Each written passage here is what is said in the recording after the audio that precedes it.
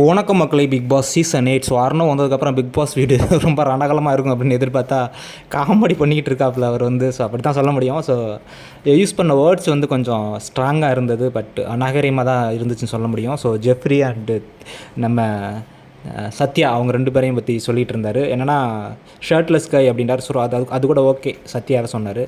அதுக்கப்புறம் பார்த்திங்கன்னா ஜெஃப்ரியை வந்து நோண்டிக்கிட்டு இருப்பான், அப்புறம் தடவிக்கிட்டு இருப்பான் அப்படின்னு. ஸோ இது வந்து ஒரு 4 சவருக்குள்ளே ஃப்ரெண்ட்ஸுக்குள்ளே பேசி கலாய்ச்சிட்டு இருப்பாங்களா, அந்த வேர்டை வந்து ஒரு பப்ளிக் ஃபோரம் எவ்வளோ பெரிய ஸோ அதில் வந்து சொன்னது வந்து ரொம்ப தப்பான ஒரு விஷயம், தவிர அநாகரிகமாக தான் இருந்தது பார்க்குறதுக்கே. ஏன்னா அது ஜெஃப்ரியை தாண்டி ஜெஃப்ரி பழகின பெண்களையும் அதை வந்து அஃபெக்ட் பண்ணுற வேர்ட்ஸ் அது. சென்டென்ஸ் நல்லா ஒத்து பார்த்திங்கன்னா தெரியும். ஏன்னா ஜெஃப்ரி வந்து பண்ணுறதுக்கு லெட்டிம் டூ அப்படின்னு அந்த கேர்ள்ஸ்லாம் அலோவ் பண்ண மாதிரி அந்த ஸ்டேட்மெண்ட் இருந்துச்சு. ஸோ அது பார்க்குறதுக்கு ரொம்ப தவறான ஒரு இது. அது ஆல்ரெடி விஜய் சேதுபதி சொல்லி அனுப்பி விட்டுருப்பார்.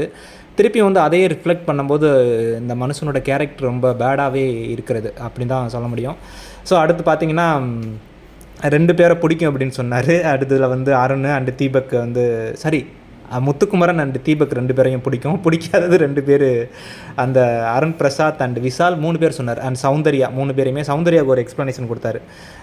சௌந்தர்யா, நீ இவ்வளோ நாள் இருந்து நீ ஒன்றுமே பண்ணாத மாதிரி இருக்குது, பட் நான் இருந்திருந்தேன்னா எனக்கு சான்ஸ் கிடச்சிருந்தேன்னா உன்னை விட நல்லா பண்ணியிருந்திருப்பேன் அப்படிங்கிறது மாதிரி சௌந்தர்யாவுக்கு ரீசன் கொடுத்தாரு. அப்புறம் நம்ம அருணுக்கும் விஷாலுக்கும் வந்து 2 பேர் கொடுத்தாரு, பட்ட பேர். என்ன அப்படின்னு பார்த்தீங்கன்னா, அருணுக்கு வந்து சொம்பு தூக்கி, அப்புறம் டப்பக்கு டப்பா, இதெல்லாம் வெளியே பார்த்துட்டு வந்திருப்பார் போல் சொம்பு அது. அதுக்கப்புறம் நம்ம விஷாலுக்கு வந்து கொடுத்த பேர் மன்மதன் அண்ட் வல்லவன். பயங்கரமாக தான் இருக்குது பேர்லாம். அது என்ன ஓகே, ஓரளவுக்கு அக்செப்ட் பண்ணிக்கலாம்னு வச்சுக்கோங்க. இந்த மாதிரி பேசியிருந்தா கூட, அந்த நேம் கொடுத்து அந்த மாதிரி பண்ணியிருந்தா கூட ஓகே, பட் அந்த தடவுறது இது பண்ணுறது அதெல்லாம் வந்து கேட்குறதுக்கு கொஞ்சம், ஏன்னா இதில் நிறையா லேடிஸ் எல்லாம் பொண்ணுங்கள்லாம் பார்த்துக்கிட்டு இருப்பாங்க. ஸோ சொல்ல வேண்டியதை எப்படி கன்வே பண்ணணுமோ அதை மாதிரி கன்வே பண்ணாமல் தேவையில்லாத வேர்ட்ஸ் யூஸ் பண்ணி, ஸோ நம்ம வந்து அவர் வந்து இதை சொல்லி ஆயிடணுண்டா அப்படிங்கிறது மாதிரி வந்து சொல்லிட்டு போயிட்டாப்புல. ஸோ இது வந்து பேக் ஃபயர் ஆகும் அவருக்கே எனக்கு தெரிஞ்சு. அதுக்கப்புறம் பார்த்திங்கன்னா பவித்ரா கூட சொல்லிகிட்டு இருந்தாங்க, எல்லாருக்கும் ஒரு ஒப்பீனியன் இருக்கும். அதை வந்து இப்போ ஜெஃப்ரியை வந்து நாங்கள் ஒரு தம்பி மாதிரி தான் பார்க்குறோம், நீங்கள் அந்த மாதிரி சொன்னது வந்து உங்களுடைய பார்வையில் தான் அது இருக்குது. ஸோ நீங்கள் வந்து தப்பாக பார்த்தீங்கன்னா தப்பாக தான் தெரியும் அப்படின்னு வந்து அவங்க கரெக்டாக சொன்னாப்பில். அடுத்து சௌந்தர்யாவை வந்து டிஃபெண்ட் பண்ணாங்க. அது அவங்க கேரக்டர்னால் நல்ல கேரக்டர் தான், நீங்கள் அப்படி அதை வந்து ப்ரொஜெக்ட் பண்ணாதீங்க அப்படின்னு அதை தீபக் கூட கூட்டிகிட்டு போய் பேசினார். நீங்கள் ஏன் ஸ்டேஜில் அந்த மாதிரி பேசிட்டு போனீங்க, அதெல்லாம் பார்க்குறதுக்கு நல்லா இல்லை.